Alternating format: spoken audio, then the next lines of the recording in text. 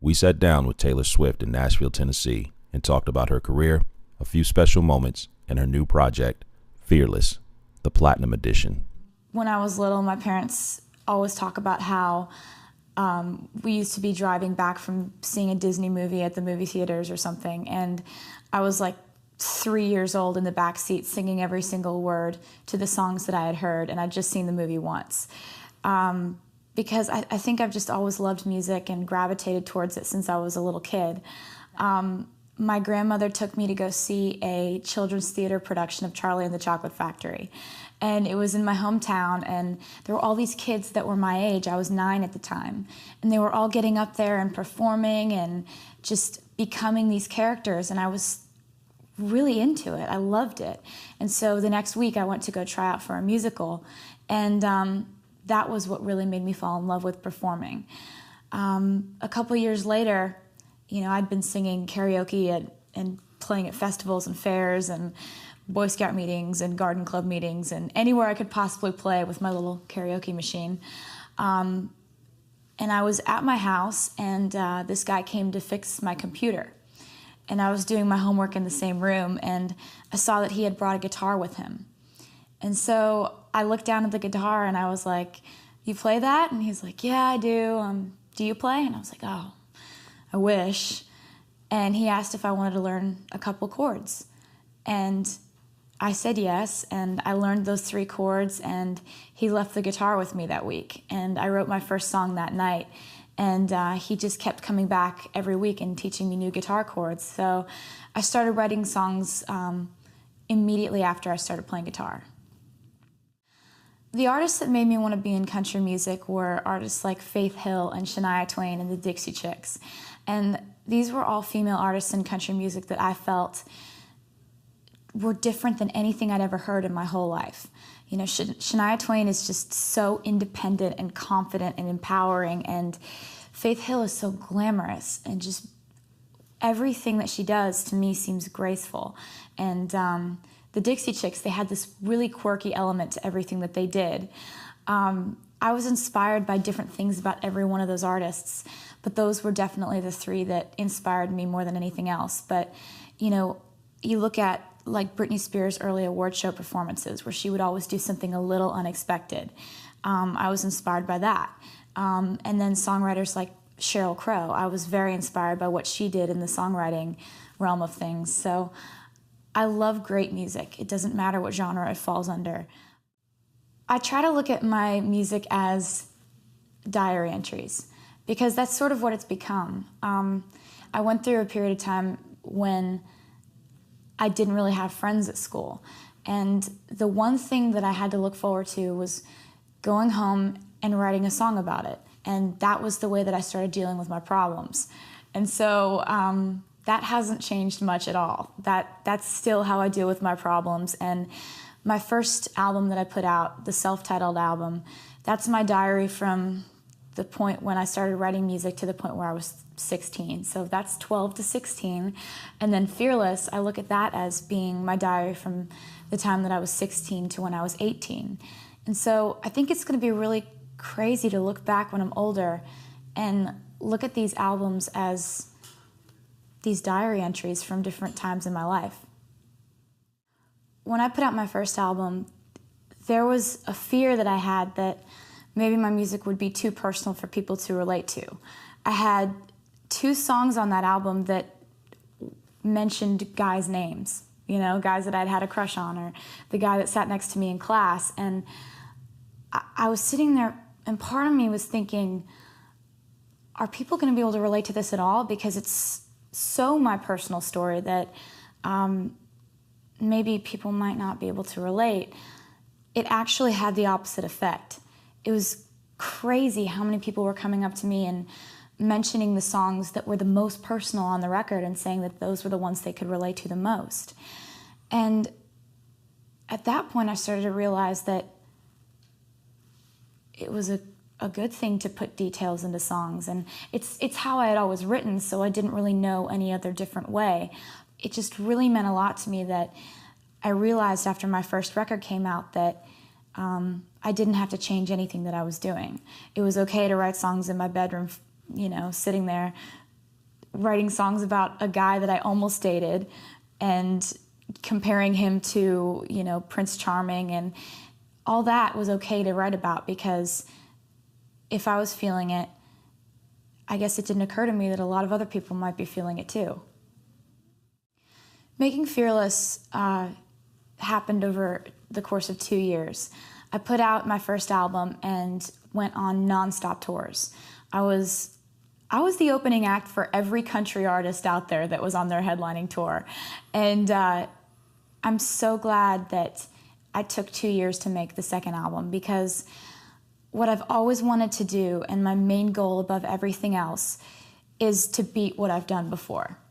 To me, that's the most important thing, and always topping what you did last. So taking those 2 years in between the album, I experienced 2 years worth of experiences and 2 years worth of life, and meeting people and getting let down and having people promise you things that they don't follow through with, and watching people and reflecting on things. And I'm so glad that there was that amount of time for me to grow up. You do so much growing from the age of 16 to 18.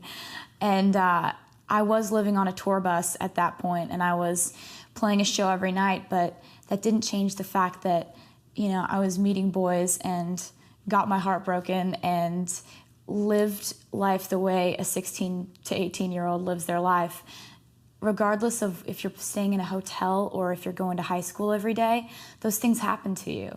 And I've tried to leave the whole travel aspect out of my writing and just focus on feelings and boys, because that's what I like to write songs about. The title Fearless was directly taken from a song that I wrote. I wrote this song about what my idea was of the best first date ever. And, it doesn't matter where you go to dinner on the best first date, or if somebody brings you flowers at the door or something like that. It's really all about who you're with, and who shows up at your doorstep, and how that person makes you feel. And I wrote this song called Fearless about how you just have that feeling where you would do anything. You would dance in the rain in your best dress, because with that person you feel fearless. And, the first thing I do when I'm thinking about titling an album is I look to the music first, and I look to the lyrics. So that really stuck out to me as something that not only described the feeling you get when you're in love, but it describes the feeling that I hoped to have putting out that album. Everything just disappears, all your fears and your anxiety and your doubt, and you put it out and you hope people like it. And I think there's a lot of fearlessness that goes into love and writing honest songs about what you're going through on a daily basis. So I'm really, really happy that we chose that as the album title. My co-producer, Nathan Chapman, is amazing, and I met him when I was 14. So when I met him, I was writing songs in this little publishing company, and he was producing demos in a shack behind that publishing company with like a space heater next to his computer, and he had like a couple instruments, and he would like make these demos in this shack that sounded like records. When we put out my self-titled album, that was the first album either of us had ever made. So it's been awesome to see, those albums go on to sell millions of records when we were just having fun in this little, this little shack behind a publishing company. And then we got to upgrade to studios with air conditioning and stuff, which was really nice. But making Fearless was a little bit different than making the first album, because if we wanted to put strings on a certain song, that was easier for us to do. And if we wanted to really experiment with, recording a last-minute song that I had just written the night before. Love Story was a song that I wrote in my bedroom, and then the next day I was scheduled to go into the studio, and we had 15 extra minutes in the studio. And so I got out my guitar, and I was like, I know that you guys want to go home, but I wrote this last night, and I was wondering if maybe we could just kind of do a run-through, just like try it out, see if we like it. If not, just we won't do it. But it ended up being the biggest hit that I've ever had, and being #1 in countries I've never been before. Like, that's so crazy to me. So co-producing this record was also really awesome, because when I write songs, I hear the entire production in my head, and I hear what the guitar lick is in the beginning, and I hear what the hook is just instrumentally, and I really love the fact that I am with a producer that listens to me. It means so much to me, because I've been a teenage girl in Nashville in the studio with people who don't listen, and I like it a lot better when they do listen to me.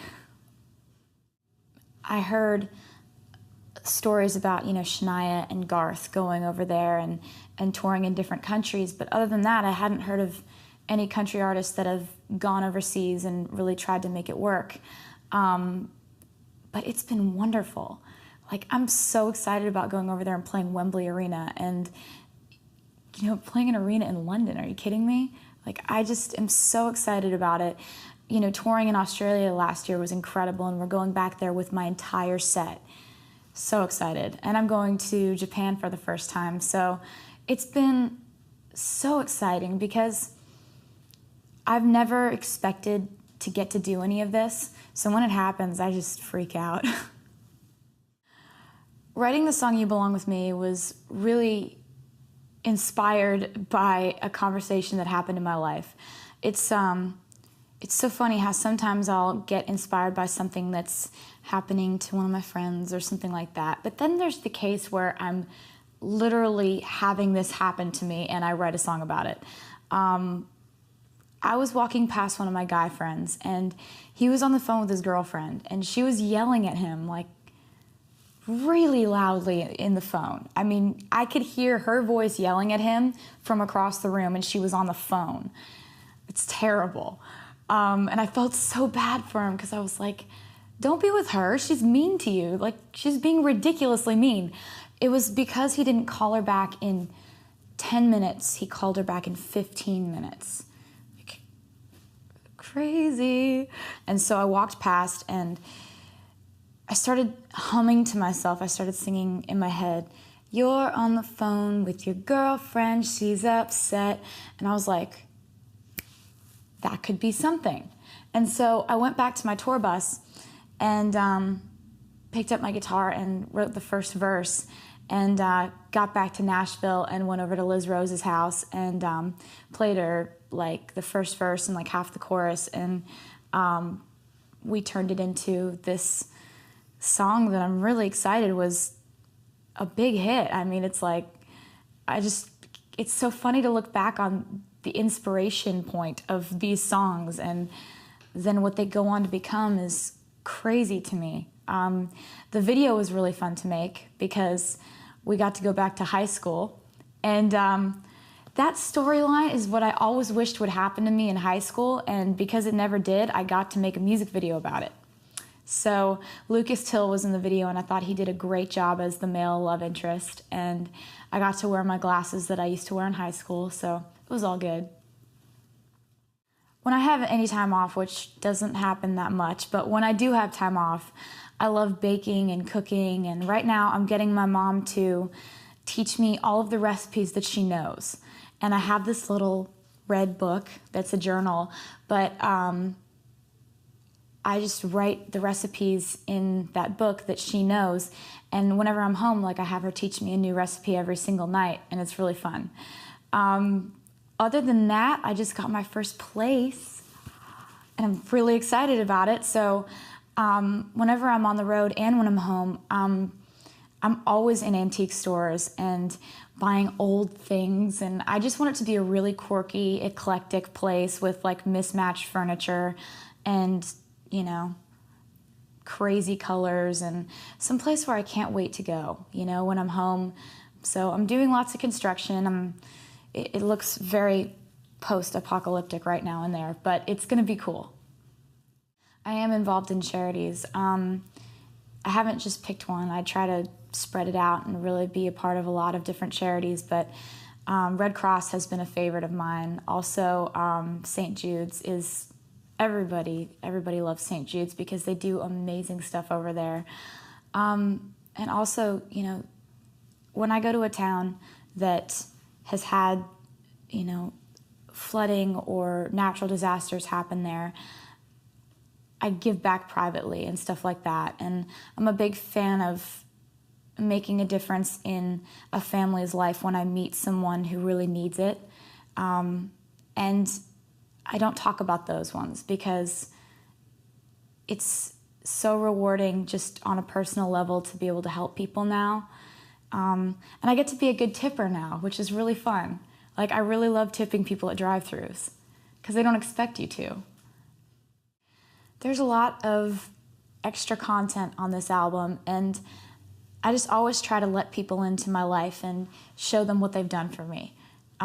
Because the fans are the reason I'm here. They're the reason I get to stand on a big stage. So I want to show them what it's like to be on tour. So we have a lot of backstage footage, and my brother recently got a camera and started taking pictures when we were on the road, and eventually we just started saying, Austin, why don't you take pictures of everything and we'll use it somewhere? Why don't you just be tour photographer for the summer? And so he came out on the road every single show this summer and took pictures behind the scenes, took pictures of the band, of the crew, of me, of performances, of backstage. And there are so many pictures on there that I'm so excited for people to see. There are music videos, Thug Story. The T-Pain collaboration that I did for the CMT Awards is on there, which I'm really excited about.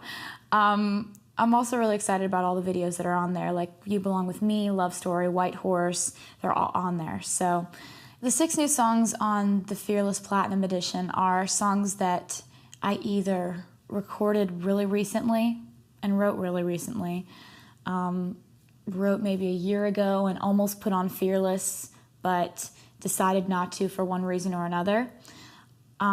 Songs that I wrote when I was 14 or 15 and recorded back then and then re-recorded recently. It's a good mixture of songs from different time periods throughout my life, but when I make an album, I always have a general theme for that album, and when I hear my songs and go back and listen to old ones, there are some that fit in with the theme of this album, just musically, sonically. And so these are 6 songs that I've written that I feel really, really working well with this album. And there are a few that are just my favorites. There's a song called Jump Then Fall that is probably the happiest, bounciest, fun song to drive down the street listening to. I wrote it last summer, and it's just really fun and happy and takes me back to a good place. There's a song called The Other Side of the Door that I really like because it talks about when you're in a fight with someone you're in a relationship with and you slam the door and you're like, leave me alone, don't ever talk to me, I hate you. But what you really mean is, please go buy me flowers and beg that I forgive you and stand at the door and don't leave for 3 days. It's like all about the dramatics of relationships where you're like, I hate you so much, I don't ever want to talk to you again, and you mean the opposite. So that's a fun one that I am really excited about getting out there. And there's also a version of my song Forever and Always that is just piano and cello. And that's a song on the record that I feel like that song has a lot of different sides and it has a lot of different emotions all poured into one song. And so this version of the song really addresses the sad parts of that song. And, on the record, the way it is, it's produced and it seems frustrated and angry and confused, but this version of the song is just really sad. So it's going to be really excited to hear what people think of the 6 new songs and all the new stuff on this record, because they've made this a really great year for me. And so this is my chance to, give some new music and some new stuff to the people who have had this CD for a year. I hope they all enjoy the Fearless Jedi Ninja Platinum Edition.